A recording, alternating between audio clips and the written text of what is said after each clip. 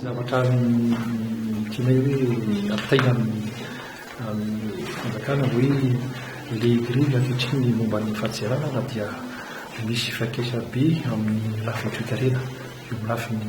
orinasa, indrindrandrindra eo amin'ny lafiny tsotra, eo amin'ny lafiny mpamondrana, ilay hoe ny zone franche, satria ny importation ankehitriny dia mikatso, izany hoe misy entana zany avy any ivelany izay miditra eto amintsika ary ahodina eto amintsika dia averina fefaveo indray averina any ivelany, ary ny service-ny fahatseranana dia manao an'io service io kanefa izy ireo dia tsy miasa ankehitriny, ary miantsona ny indrindrandrindra ny fanjakana zay mba hitady vahaolana izay tompoko tsy hoe hiditra eo amin'ny lafin'izany fanapaha-kevitra zany aloha zava-tsara ny resaka fa aleo ny fanjakana hitady vahaolana no zavatra io en sachant zany fa ny toe-karena dia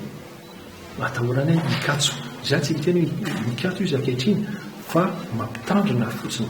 nanao anticipation eo amin'ny lafiny hoe ny fiainana toe-karena, satria raha toy izy io zavatra io dia mety ho ratsy be mihitsy amin'ny toe-karena tompoko.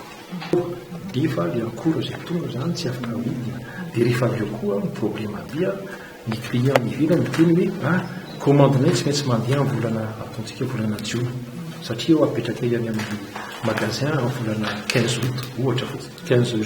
juillet ohatra, nefa izy io midy ny port, midy ny service douanier, tsy afaka mampiditra, tsy afaka mampiditra entana, donc tsy afaka manodana, tsy afaka mampiditra recette douanière. Ny fatianto voalohany indrindra aloha voalohany indrindra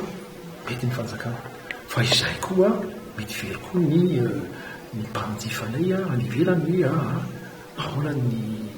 ity zavatra ity, ary eo amin'ny lafiny fanadinan'ny orinasa tsotra ohatran'ny anay dia misy ankora izay avy any ivelany mety tafahitsika ao amin'ny